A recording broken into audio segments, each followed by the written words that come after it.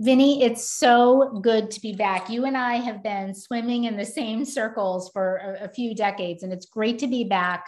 We're not that old, Patti. Right. Speak for yourself is what you're saying to me. Absolutely. Well, look, we started our careers at the age of 5, so there we are. But it is good. I've always been in this space at the intersection of people, business, and technology. And that has not changed. What has evolved over time, and the reason I am here, and here is Limeade. So Limeade is a SaaS company. We're an employee experience company with well-being at its core. And that's really what drove me here, is the well-being piece. For years around efficiency and effectiveness and prettier screens and a more pleasant workflow, right? That the pipes and the plumbing, the electricity, still so critical when it comes to enterprise kinds of solutions. What we're seeing, and what I'm going to walk through just quickly around like the why of who Limeade is, what we do, and then turn it over to my colleague Larry, is around this topic of well-being. And that's something that's fairly new. We've been talking about it in certain circles for years and years, but actually have it be something that executives see as so critical and crucial to their ability to be a business, to compete, to get the best out of their folks, and for their folks to have the best experience. The Great Resignation certainly accelerated it. So super happy to be back for that. I'm just going to walk through this pretty quickly, Vinnie, so that we can get to the real exciting stuff. And that's the solution stuff that Larry's going to talk to. But let's first ground ourselves in really what the opportunity is. We all know the World Economic Forum. And for those of you who don't, their one job is to follow money through the globe. And there are a lot of super smart, self-described futurists that are there, leadership futurists, workplace futurists. And we are now in what's called the 4th Industrial Revolution. That's what World Economic Forum told us a few years ago.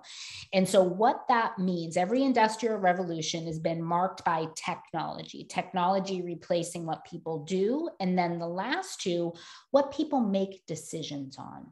And so with so much of the workplace having decisions being made, anything from do I buy or hold this particular stock to the reports that we see, right? Analytics kind of reports, so much that depended on humans has now been replaced by machines.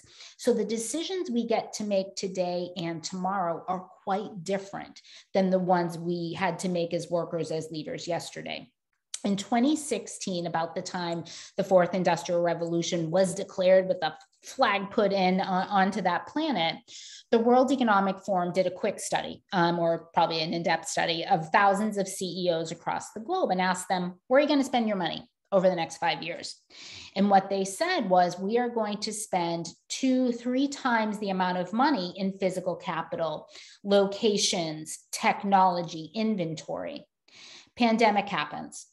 They survey those same CEOs, and this is what they came up with, right? That whole thing about the 4th Industrial Revolution is that with so many decisions being replaced by machines, it's the humans we need to start being humans again. So the workflow, the people plugging into a process, still important, but so many of those jobs can and most likely will be replaced by robots, by automation, by digitalization. We need people to be creative. We need them to think of things that a machine can't possibly learn. We also need them to show up, to be engaged, to feel good about working where they work so that they have capacity to do their best work. 4 years after surveying those CEOs, they said, you know what, we're flipping it. 1.3 quadrillion, that's a lot of zeros, we are now going to spend on the workforce. That's 2.33 times what we will spend on physical assets.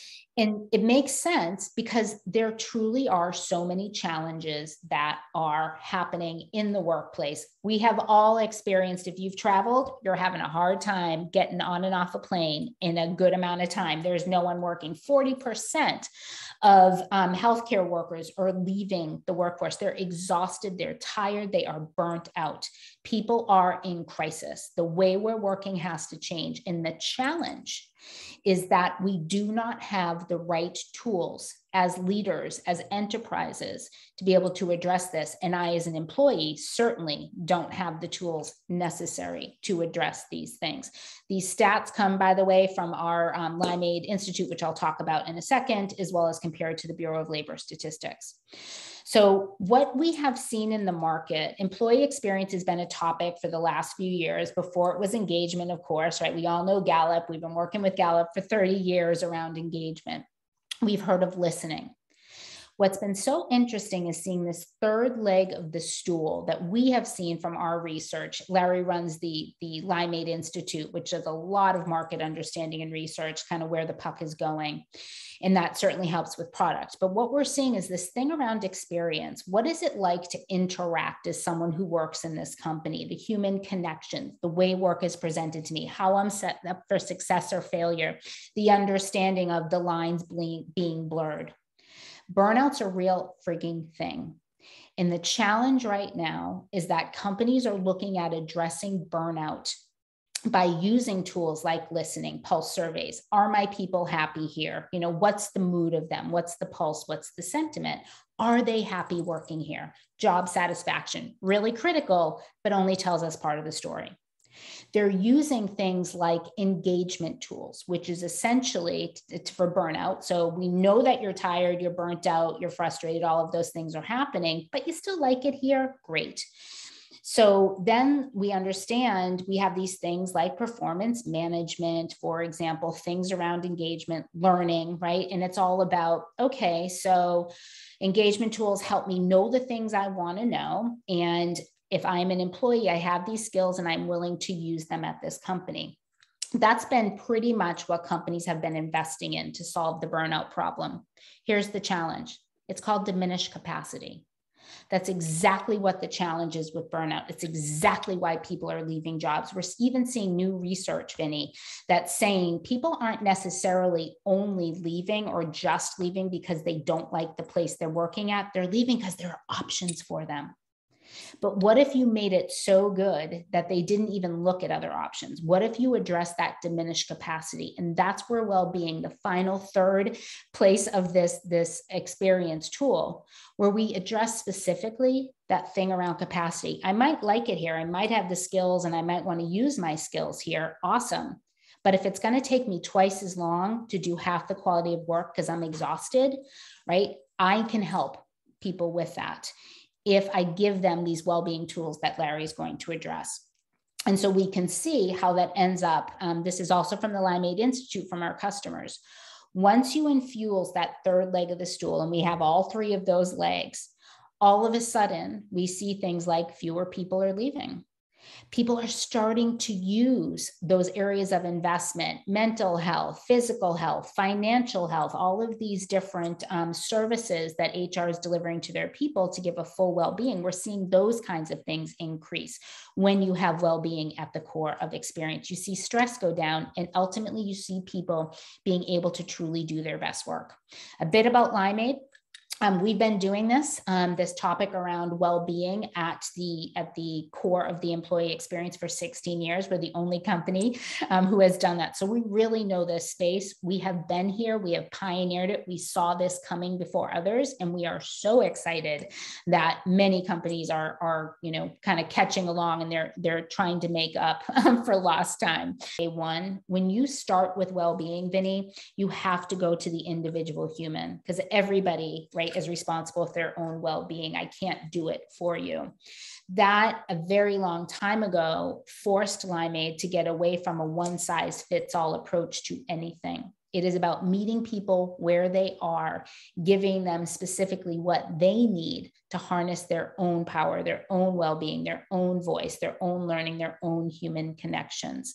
Because one size fits all has never worked, and it especially doesn't work now, where people have more power over their job. People are burnt out, they are engaged or disengaged, they just simply cannot perform backwards.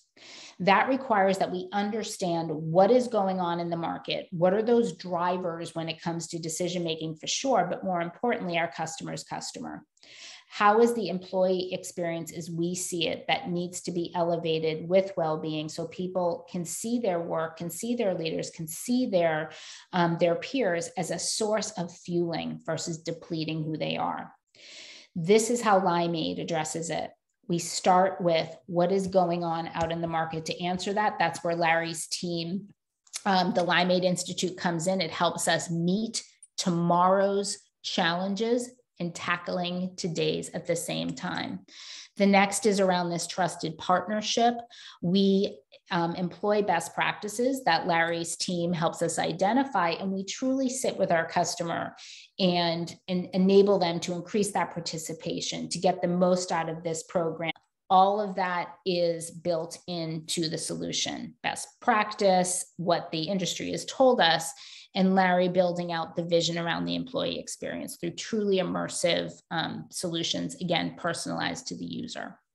So with that, Larry, I'm actually going to turn it over to you to talk a bit about how all of this comes to life. Saying everything that we do at Limeade is focused on putting well-being at the heart of the employee experience. And so every day, my team is really pushing itself just to think about how companies can take better care of their employees and how employees can take better care of themselves, no matter who they are or what they do or where they're working from. And so if you look at a bunch of the stuff that we have to offer, whether it's our emotional and financial assessments, our content, activities like steps challenges, vaccination drives, employee listening capabilities, one-on-one coaching tools, it is literally all in service of an employee's well-being. And so as I think about where, I'm trying to take things and we're trying to take things over the next few years, there's really 4 themes that end up emerging for me. And so the first is, how can we do all of this in a seamless, easy to use, integrated experience that's always at an employee's fingertips? Larry, before you go, so define some of the, what you offer an employee. I presume some of them are individual counseling, some of them are group activities, some of them is just reading, self-learning. How would you, what are the assets you offer them? There's a variety of things that we offer to individual employees, to managers, and also to leaders. Okay. And so we do think about each of the different kind of employees that are at a company and the roles that they end up playing. And so for employees as a whole, some of the things that I mentioned in terms of, yes, there's a bunch of content in there around emotional, financial, physical well-being. And so that could be something like a steps challenge that you can do with a coworker. It might also be, an activity around how to meditate, and then also to be able to allow you to track some of your participation in that. We do also offer like digital coaching if someone does need to be able to actually work with someone else. On that side of things. From a manager perspective, an example of some of the things that we might do there are around, based off of your engagement results and what you see and what we hear from your employees, these are some activities that we might recommend you to be a better manager or employee, as another example, and kind of similar for the leader. So we've got different parts of the experience that basically help, I think, each of the different, types of employees and the different roles that they have within a company. Okay. And so, I'll kind of dive in just to be able to talk through some of the things that we have. And so this is what our current experience looks like today. And this is us really focusing on creating that seamless, easy to use experience. And on one hand, it sounds very obvious, I think, and intuitive, like everybody should be doing this. But I think if you look at a lot of the experiences that employees have to use today at work, they're not actually simple, easy to use, and integrated. I think they tend to look like SaaS applications and tools that you use, not something that you'd expect, as an end employee, as a consumer, the applications that you end up using outside of work every day. And so that's a huge focus for us, is how do we actually create a consumer grade integrated experience? And it doesn't just feel like we slapped 12 different tools together, right? Or 15 different things, and still, an employee trying to figure out what to do. And so one of the big parts of our experience that's focused on is really around communications, and helping, not just companies communicate with their employees and to be able to reach all of them, but also to help employees communicate with one another. And so you could imagine logging into the experience and being able to see just something right off the bat, like if you're a parent, that there's a group of other parents at work, and here's how you can actually go and connect with them, and to be able to share, some of your struggles and challenges that you are running into. Or, imagine seeing that your company is sponsoring a session on diversity, equity, and inclusion because they care. And they want to make, sure that the company that you're at is the most inclusive workplace that it could be. Or, imagine if you're a new hire, right? And you log into the experience for the first time and you see, a message from the chief people officer. And this is actually like our experience. So this is what like we see, this is our Limeade employees that you're looking at. And like, how cool to be able to read, someone else on the team, say congrats, right? We're so excited to have you here.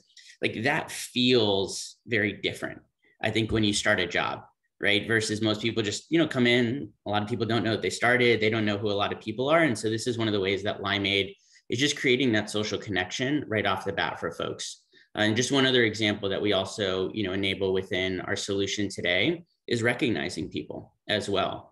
And so, in this case here, Maddie, Matthew, and Darcy were recognized for living out one of our company values. Anything is possible. And again, there's so many things that we do as employees, but often go unnoticed by, coworkers or managers that are, leaders, and how great to be able to go into this solution experience and see that like you're being acknowledged for the work that you're doing and for living out one of the company values and how important that is. We also offer about 1,000 activities, again, that are geared at emotional well-being, financial well-being, physical well-being, and work well-being. And all of this is personalized based off of what we know as you as an individual. And so that could be what you've submitted via your well-being assessment. That could be what you've, submitted via an inclusion survey. It also could be what we know about, what you do if you're a manager, or also where you work.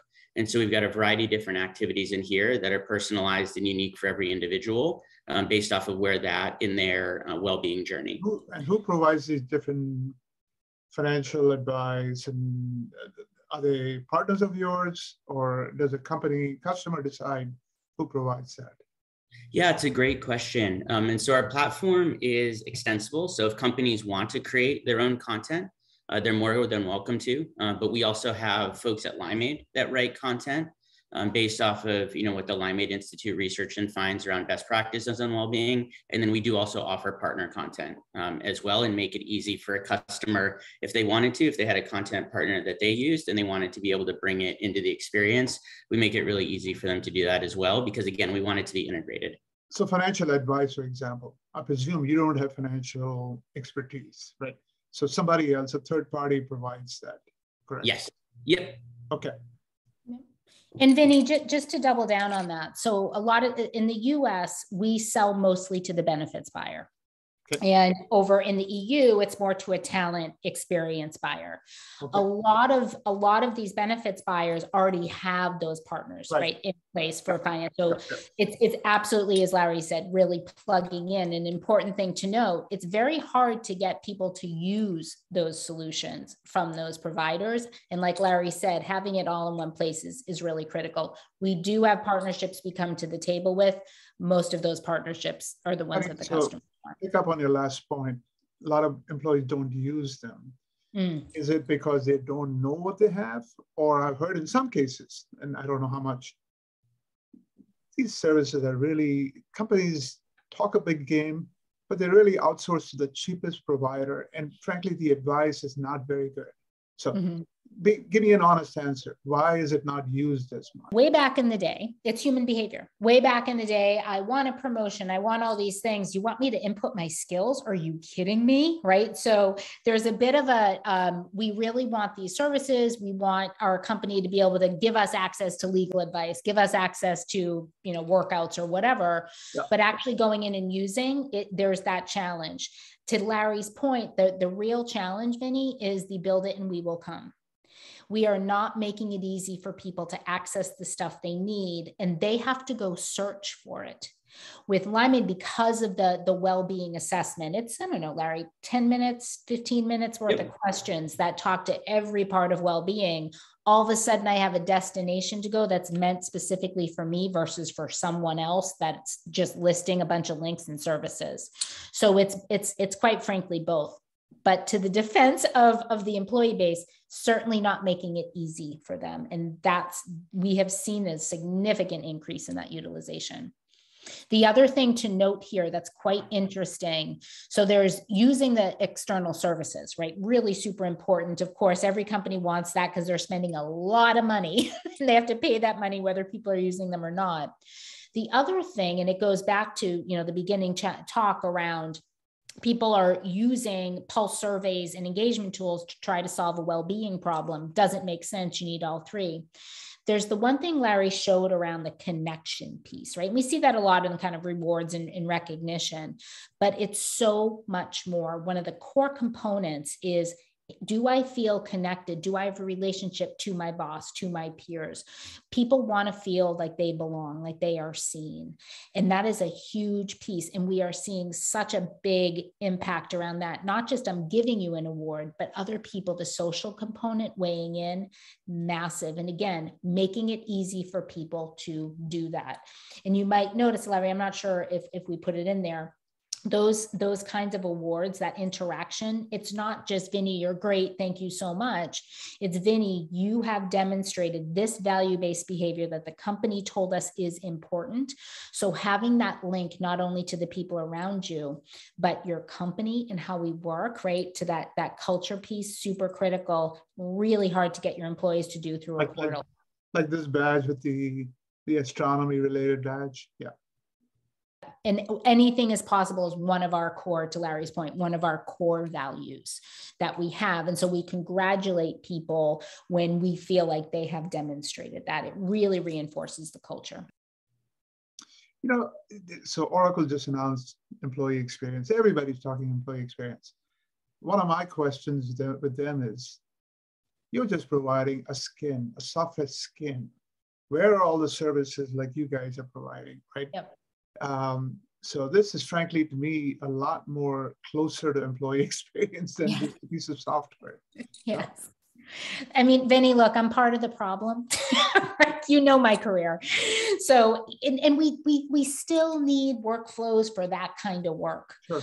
But having a place where people are still getting lost in the workflow is not an experience. It's just not, right? Not what you're talking about, not what I'm talking about, not to actually solving the challenges that we just saw. And those are very human challenges that we're trying to solve for. I could see if you surveyed employees and said, do you benefit from all these? They would say, yes, I benefit from this.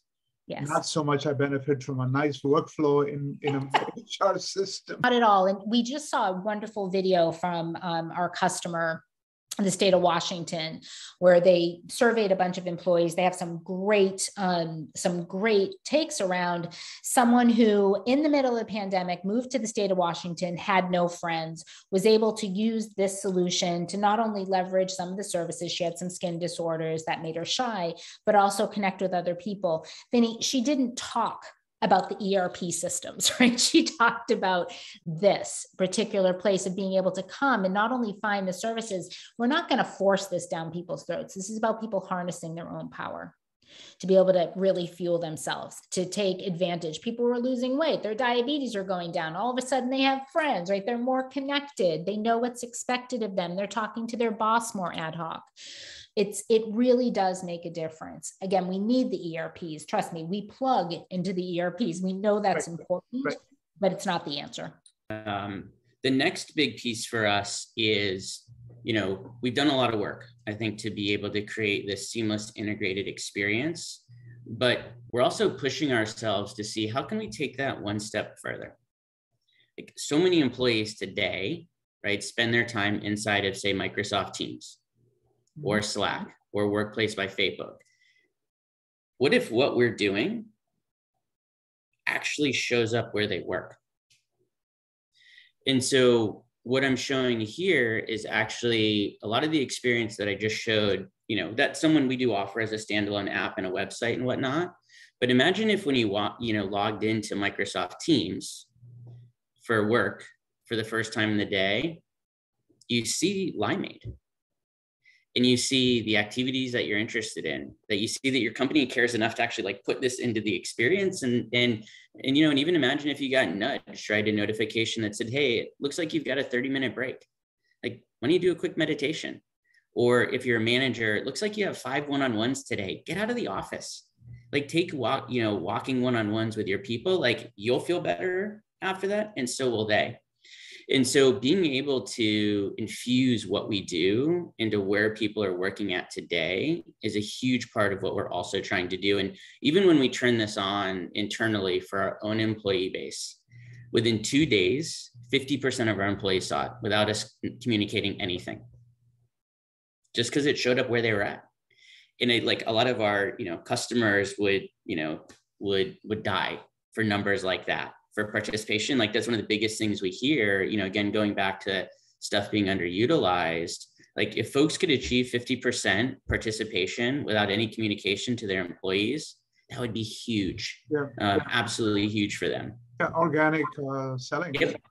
Yeah, 150%. And so this again is a big piece of what we are also trying to focus on, is how can we inject that more and more into, where people are working at, and also how can we help nudge them along right over the course of the workday. So if we see someone working 10, 12, 14 hours, like we know that that's, ultimately not going to be good for their well-being.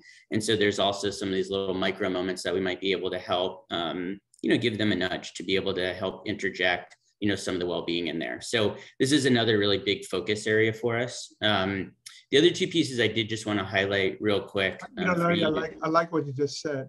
A lot of people are worried about surveillance through these tools. Yep. You're flipping the surveillance to say, hey, look, maybe you're working too much. Maybe you're... Yep. Yeah, no, it's just one thing, Larry, I also want to double down on. Vinnie, you and I come from, and you do too, Larry, from the consumer side, come from the adoption world, right? That's how we measure stuff. And what's so interesting at Limeade, we focus in on essentiality. And so, I'm talking with people that 15 years ago, 10 years ago, 2 years ago, if they told me they meditated, I would have fallen off my chair. Now they are. When we make this and we infuse this in well-being into how people work, all of a sudden, screw adoption, it is about, this is essential to my workday. Everybody's needing too much. Everybody's talking too much, right? Me especially. But these numbers represent essentiality versus usage and adoption. That is a big shift, and that is very different from the ERP world. And Larry, I think that's where we're seeing the biggest difference around people salivating, right? Once we get, this is what it looks like when you build this into someone's day, so much so they miss it if it's not there. Yeah. And I think, Vinnie, you also, you mentioned something that I think is really critical. And one of the pieces that we try to bake in, it is really important to me that people feel like they're in control of their own well-being, and that it doesn't feel like it's surveillance or Big Brother. And so a lot of what we do in the experience is we want to earn your trust over time. And so we want you to, basically say, hey, like, enter in your well-being data, like you're in charge of that. If there's stuff that you do want us to have that you don't want us to have, that's really, at the discretion of the employee. And my goal when I build out this product is to be able to earn, right, more of their trust over time, and hopefully to get them to invest more into the product, but to be able to, then also get a lot more out of it. And so I love that, because I do think for a lot of folks, especially something that's offered from a company perspective, I think privacy radar goes off big time, right? And do I really want to go? And so I think that's another big tenet for us, and also being employee first and human first, is we want to put, those folks in control of the experience themselves and allow them, to customize it as much or as little as they want to. The two other pieces, I know we're running a little short on time, I'll just highlight real quick, is we're also moving forward really trying to get at how can we give the most actionable insights to companies, right? So the first part is really focused on employees and, being able to give them, different activities to improve their well-being, to help them feel more connected. But we're also then thinking about it from the company perspective and trying to help them understand, like, the so what, right? You've invested in all this stuff. Like, are employees actually finding it essential and using it? Is it actually driving the results and the value that you want? And I think for years, companies have just dumped data at other companies, right? You have 7,000 employees. Here's 50 different, ways to pivot the data. Like, have fun. I hope you find some interesting insights in there. And what we're really trying to do, and you'll see throughout like our insights and reporting experience, is it's just that, it's insights.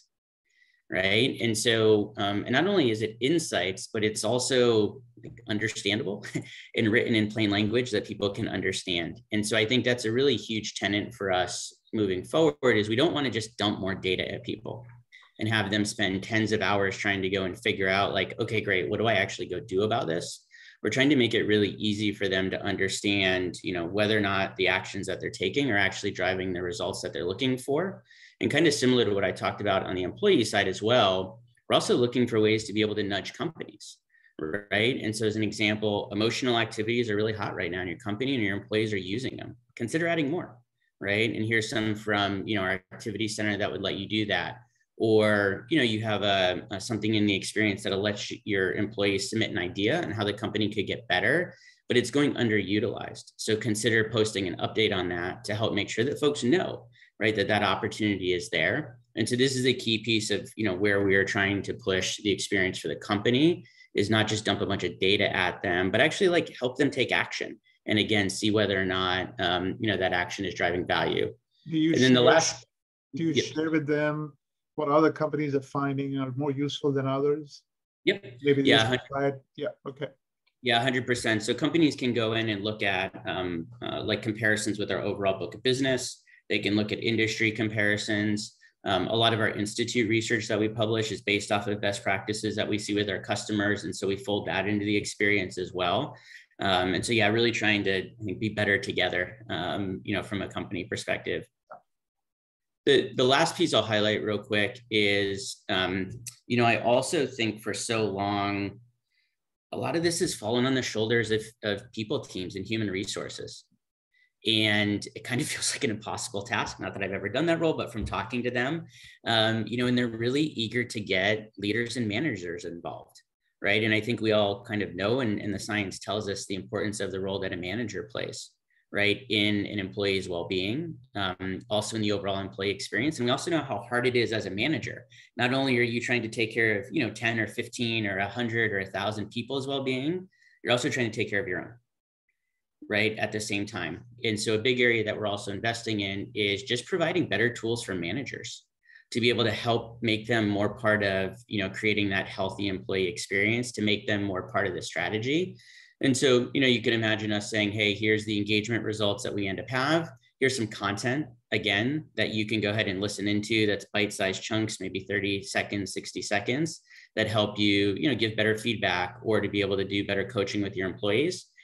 And here's how your team sentiment is changing over time. Here are the things that they're telling you are going well. Here are the things that they're telling you, aren't going well.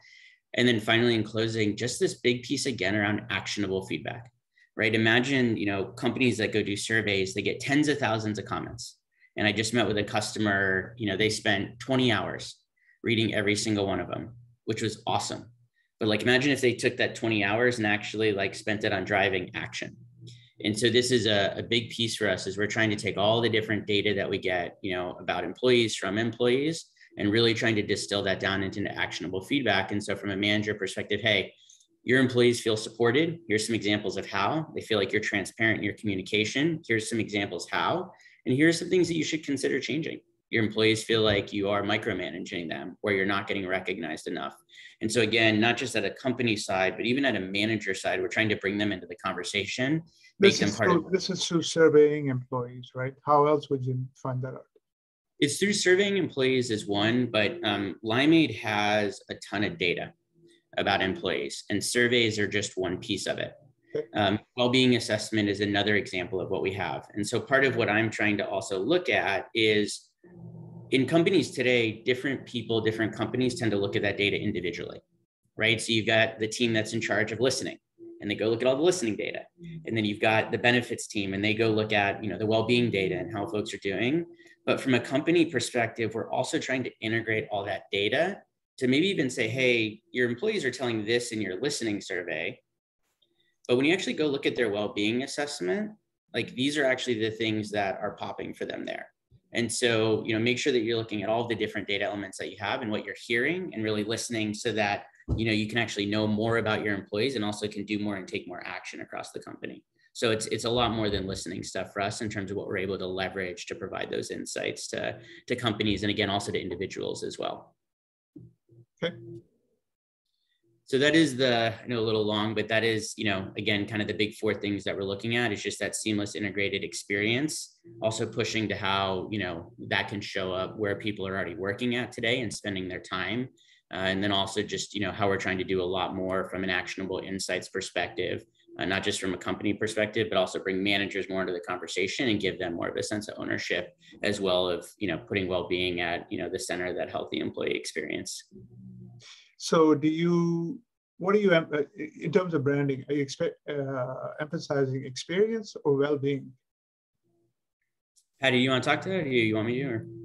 Yeah, no, it's kind of the same, right? So in the US, it is well-being is our lead because we sell mostly to the benefits buyer. We are expanding. I like that. I'm hearing too much experience. Yeah. It's becoming meaningless, right? And over in the EU, it's more about the communication component, the engagement component, which they're calling experience. That's fine. And that again is more to the talent buyer. It's becoming a meaningless word, which is why it's so important to define it up front. Yeah. This is great. Thank you. Thanks for having us, Vinnie. Yeah. Thank you for coming on. And, it's like you say, the menu of choices to show employees don't know about them. So yeah, exactly. Thank you for making it easy to navigate. Thank you. Thank you. It's good to see you. We'll talk soon.